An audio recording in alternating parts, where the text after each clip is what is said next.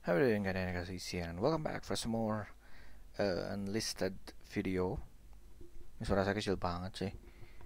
Yang nggak tahu lah ya, soalnya ini saya nyobain mic baru. Jadi pertama tolong di komen dulu nih suara dari mic ini bagus apa enggak gitu ya. Oke. Seterusnya yang bakal saya bawain sekarang nggak banyak-banyak amat, cuma kelihatan ini berapa udah kebuka di atas ini nih. Ya, jadi segini aja tapi bukan berarti tidak menarik ya, soalnya saya nemu satu yang menarik banget ini. Oke, yang selanjutnya saya belum sembuh benar, jadi belum bisa rekaman dengan benar juga. Jadi ini juga baru sedikit saya udah mulai ada ngos-ngosan nih ngomongnya. Ya, ini situs pertama yang saya temuin di sini, poll, Land of Sharaga, make your poll. Jadi kita bisa bikin polling kayaknya ya. Jadi kalau dari sini sih, online service for planning an appointment or making a decision quickly and easily, no registration required. Coba aja make classic poll. Meski JavaScript is disabled. Nope, jangan aktifin JavaScript langsung kelihatannya aman ya. Lanjut aja, ini ada situs 86 127 835. Entah ini mungkin gambar klasik yang pernah di ada di mana atau mungkin di buku apa gitu. Soalnya gini-gini biasanya gambar-gambar lama dari buku gitu. Ini paling masuk thumbnail doang. Next, ini ada Killuminati. Nah, ini beda, ini bukan Illuminati ya, ada Killuminati 23.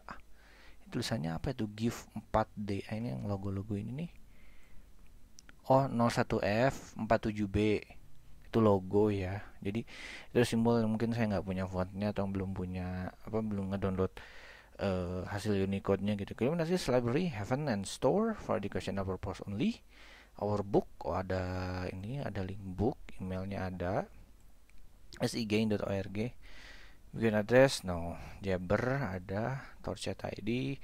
Ini bawah saya nemu Donald Trump di bawah market crawler.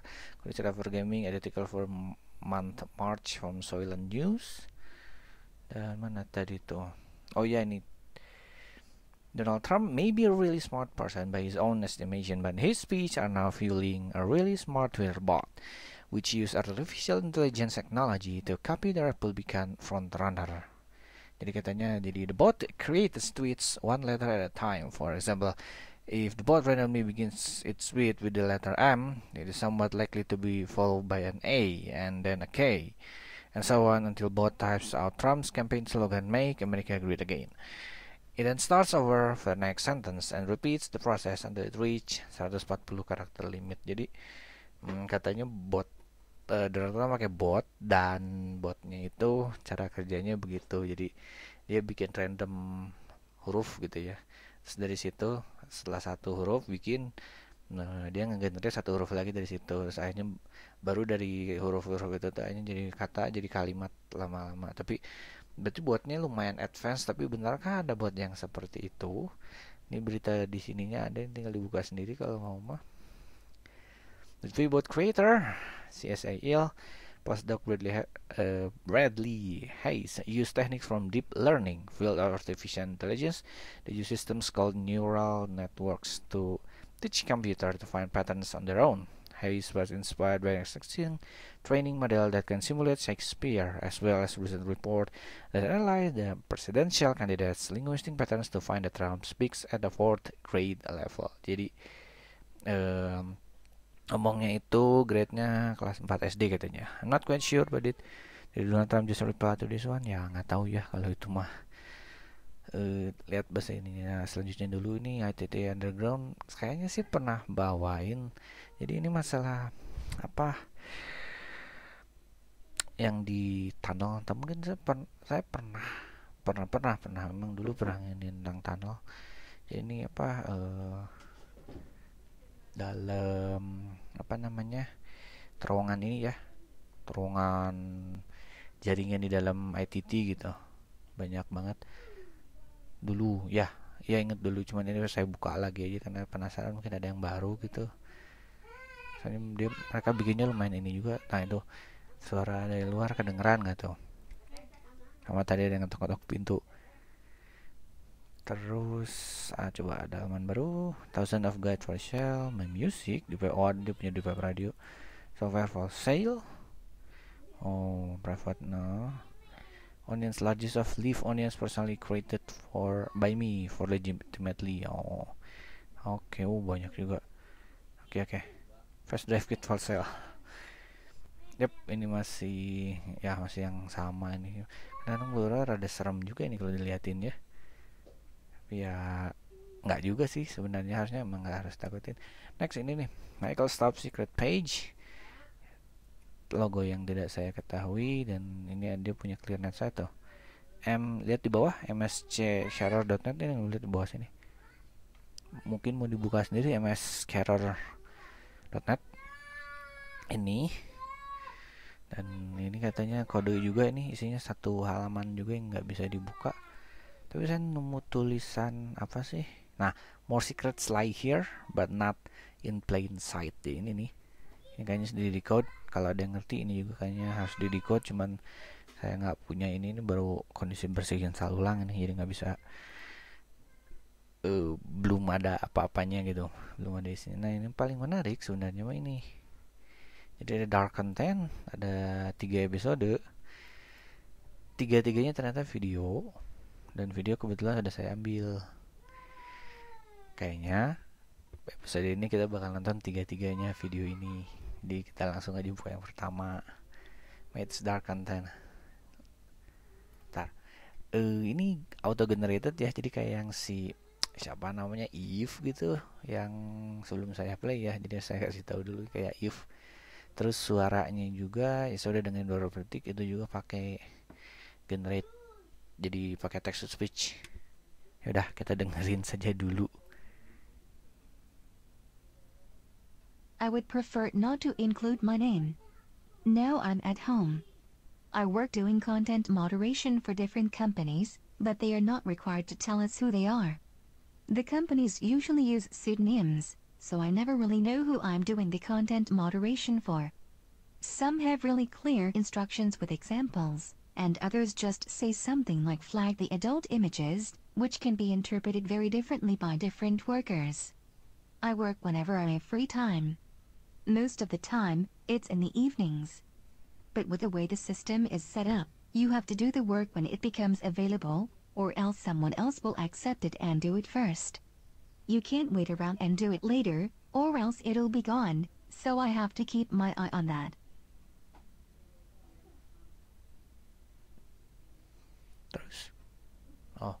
I moderate videos, photos and text, but most of the time, it's photos. I very rarely moderate videos.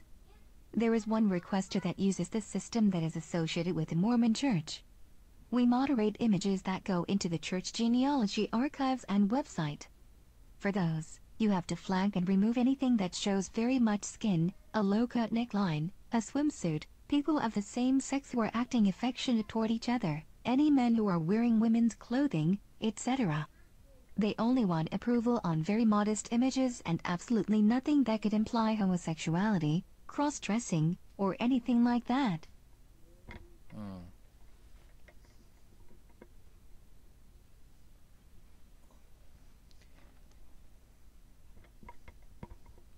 I've seen children in sexually suggestive clothing and poses. I've also seen humans having sex with animals. I try very hard to avoid the requesters that post these kinds of images, and stick with requesters I know that generally don't have these kinds of images up for moderation. Some requesters are known for always having really graphic images, and other requesters, like the Mormon Church example, very rarely, or never have images like this. I prefer to work for these safer requesters, to reduce the chances of seeing the really awful images. When I see graphic content, I usually stop content moderation work for the day, and move on to something else. I also talk to other content moderators, and we talk about what we've seen. It's a way to get it off our chest, and talk to someone else who knows what you're talking about, and has seen similar things.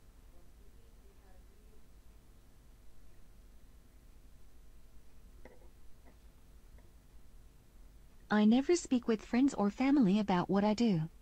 They know I do online work, but not really any details. They've never really asked and I haven't offered anything. It's a combination between feeling good about what I'm doing, being in a powerful place to prevent other people from having to see terrible things, and having mixed feelings about the power, making decisions that someone else's photos or art, or whatever it is, must be removed or hidden from view. I feel a bit like a superhero when I think about how I might be helping a child from seeing a graphic photo, but at the same time, don't necessarily feel like it's my place to have the power to decide that the photographer shouldn't be allowed to display his or her work.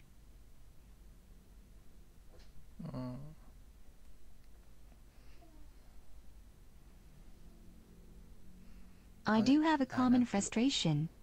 When I see an image that needs to be tagged because it is really graphic or illegal, I flag it and then move on to the next image or the next task.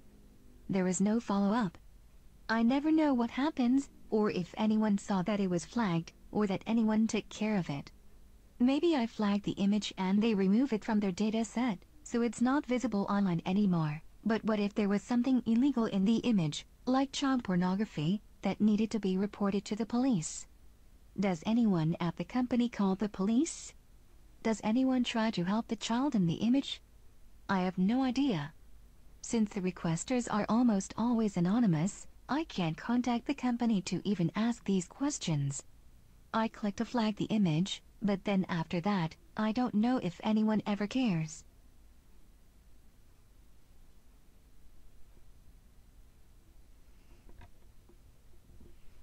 Oke, kayaknya udah ini yang pertama. Jadi gini, kalau ada yang nggak ngerti sama yang dia omongin, jadi dia kerja di content moderation, cuman dia bekerja secara anonim di perusahaan yang anonim juga. Dia content moderationnya itu ke gambar katanya ya, gambar. Jadi kalau gambarnya dewasa sedikit di flag, cuman kadang-kadang dia juga nemunya yang nggak hanya sekedar ini gambar buat dewasa, tapi ini udah gambar ilegal gitu.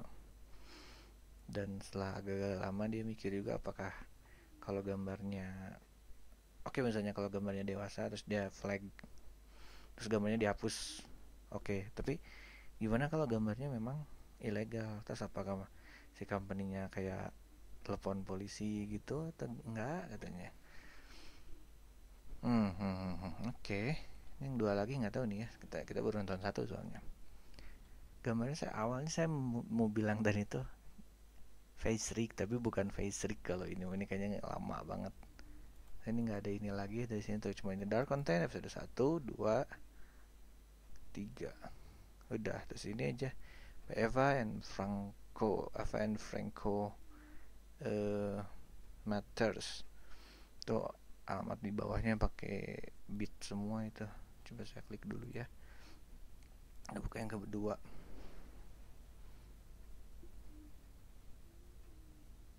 Content moderation, for me at least, is not choosing whether something is okay for someone to see, but more determining if it meets certain criteria. It's up to the content provider, or host, what people should or should not see. I just make sure everything meets those demands. I guess it would be similar to how police officers don't make laws, they just enforce them. I guess the basic idea is that I'm scanning through a group of images, to determine if any of them contain adult content. One job I've done quite a bit, involves checking groups of animal pictures, to make sure they are all of animals, and didn't include human faces, or anything offensive. I've done content moderation for various companies, but I never knew who my employers were.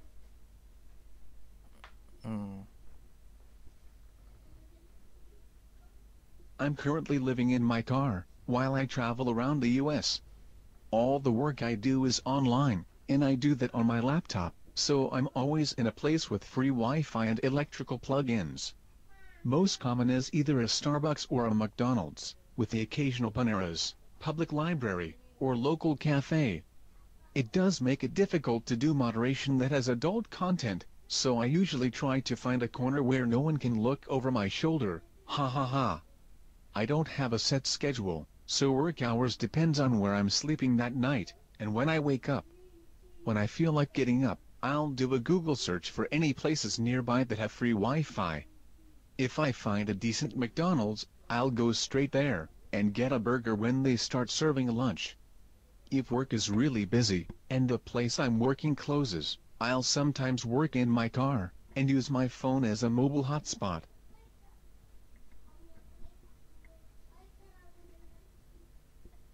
About a month ago, I was at McDonald's, reviewing images that were fairly dense with hardcore porn. I couldn't find a place to sit against the wall, that also had an electrical outlet. On one side of the restaurant, though, there was a seat, where I could see if anyone walked by to sit behind me, so I sat there. I spent the day working, and there were a lot of pretty graphic adult images, going as far as French fetish porn. About 3 hours in, I got up to use the restroom and looked behind me. There was a family sitting there, able to see everything I was doing. Apparently, there was a door I hadn't noticed, and people had been coming and going the whole time, ha ha ha.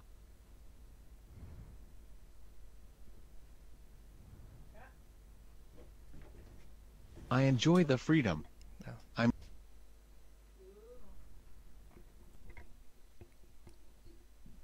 Saya dipanggil tadi makanya. Lanjutin ya. Ya. I mean, what other job would let me support myself while I'm traveling indefinitely? One downside is that I get paid by the task, so when work is slow I'm on a pretty tight budget. Occasionally, I see fairly disturbing images, but I don't mind it. There's occasionally a video containing some sort of gore, but that's been rare for me. Gruesome videos give me an odd, uncomfortable feeling. Like I can see violence and gore in a movie, and it's fine, but then sometimes I see a video and I know it's real, and it's disturbing. I can't really explain it. The most common type of video that I find disturbing is some of the French fetish porn I mentioned. Fetish porn is probably great, if that's what you're into. But if you aren't, it's usually pretty out there. For rare cases, where something such as child pornography, or other illegal content comes up, there are usually specific steps to take, that could potentially allow it to be fixed. If the video showed someone torturing an animal, for example, I could flag it as such, and the poster would probably be reported to the authorities. I won't go into any of the disturbing videos I've come across. Really, when it comes down to it, I don't want to go into detail on anything like that. The worst one I feel I can describe was a video that showed the suicide of a mayor or senator. He was giving a speech in front of a bunch of people, then pulled out a revolver and shot his brains out. It was pretty graphic. I don't talk about this with family or friends. Not because I don't want to talk about it. More because we don't talk about my work much. We don't talk much at all, really. Oke. Saya tidak tahu ini satu atau bukan. Soalnya kan namanya sih Eva N. Franco ya. Coba saya baca dulu soalnya Eva N. Franco work show about contact.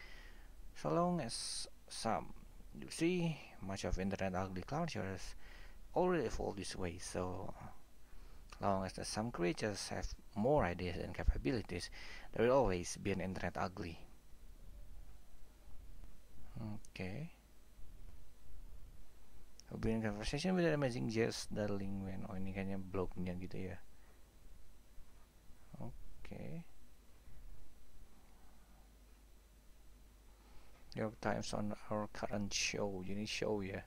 Shownya begitu. Saya tidak terlalu mengerti maksudnya gimana. Saya bukan orang seni soalnya. What's going on here?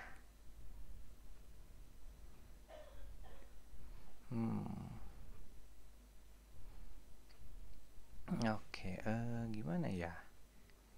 Saya ya udah 2 part tadi juga. Jadi ini saya jadi berasumsi ini ceritanya 2 orang gitu ya. Dua-duanya kerjaan sama, yang satu cowok yang satu cewek.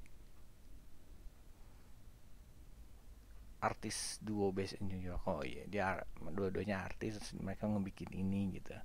Jadi ceritanya bisa true bisa enggak. When I started full-time as a content moderator, I was working for Vimeo. For the most part the videos are allowed to flow naturally, but When video met one or more triggers, they were rejected. Working for Vimeo was within the company IAC, the owner of Vimeo, so it meant that I never once stepped foot inside Vimeo's building, nor did I ever meet a single engineer, marketer, data analyst or any other position at the headquarters. I worked off campus, in a building dedicated to content moderating, much like a call center you would see in a movie. The office that I worked in provided me a cubicle that I did all my work from. It was your very typical cubicle, with gray walls and a faux granite-style countertop. In the center of the cubicle were double monitors that I would sit in front of, for up to 9 hours at a time, reviewing videos that had met the trigger. Nowadays, I believe that users know their content is being reviewed, but they just don't understand how closely. Content moderation is not a form of censorship, as these businesses have the right to provide a safe and respectable environment just like any brick-and-mortar storefront is allowed. If you were to go to any public establishment and say harmful or violent things to other customers, or expose yourself to them, you would be arrested. Content moderation is a form of keeping the peace. Just like the police patrol public domains in the real world, content moderators patrol public domains on the internet. There have been videos removed because of death threats, or individuals showing weapons that they claim they will use on another user. Most of the time, the content that we are removing is keeping a problem from happening. At least, that is how we are trained to think. There were some conspiracy theory movies clips that we were made to take off the site. These videos contained documentary-style information about events like 9/11. There were also videos removed about Scientology, and the rumor was that Scientology had threatened to sue IAC. The videos that were removed had to deal with reaching a high ranking in the religion, and were private documents that only those reaching that level would be allowed to see. I don't always enjoy working as a content moderator. There were times in which videos would be removed that I believed were only done so to appeal to political reasons. When the 2012 presidential elections were happening, we were asked to remove all Al-Qaeda-related videos. This could have been because of the elections, or it could have been because they were no longer open to people viewing information about Al-Qaeda on the website.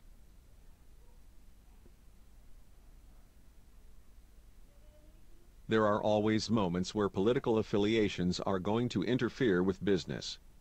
There are also times when tourism videos to certain areas, such as North Korea, could be removed because of unknown reasons. Osama bin Laden video removal was done as a PR move and a show of respect to the individuals who had been affected by events like 9/11. It was also done to show a patriotic symbolism that the United States has accomplished what we have set out to do, and not only is this person dead, but there is no point in continuing to talk about him, or even look at him, because his reign stops here. It was a social move to depict having the upper hand, or the ultimate say.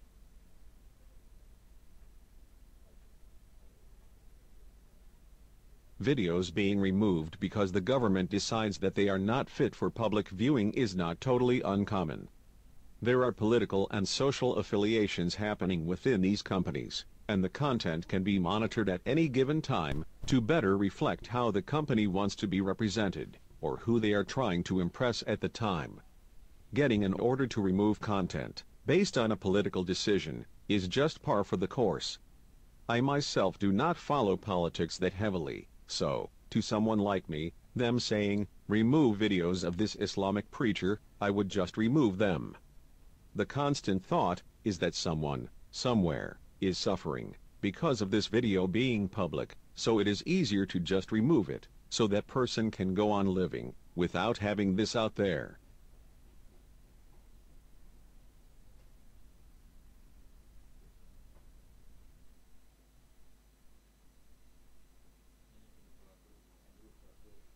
Oke, jadi videonya tiga-tiganya ngomongin tentang ini ya, dark content. Jadi dia kalau di sini sih mereka menggunakan 3 suara yang berbeda ya.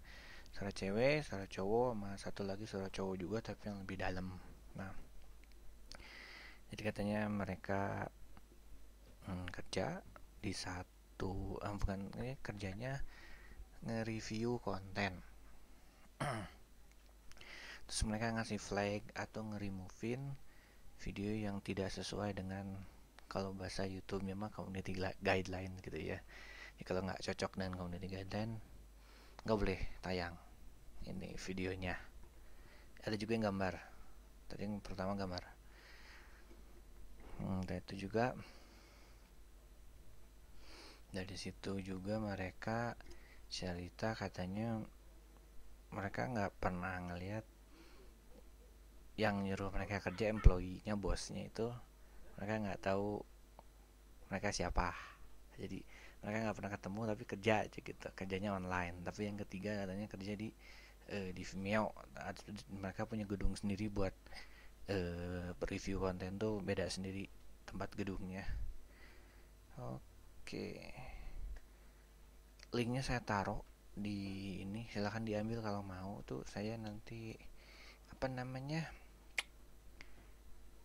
ya saya biasa upload di Mediafire kalau udah selesai rekaman ya. Saya terlalu lemes buat ngomong. Saya bilang nonton doang tadi 3 video, tapi saya udah lemes lagi nih, parah. Saya belum sembuh soalnya. Ya, terima kasih udah nonton.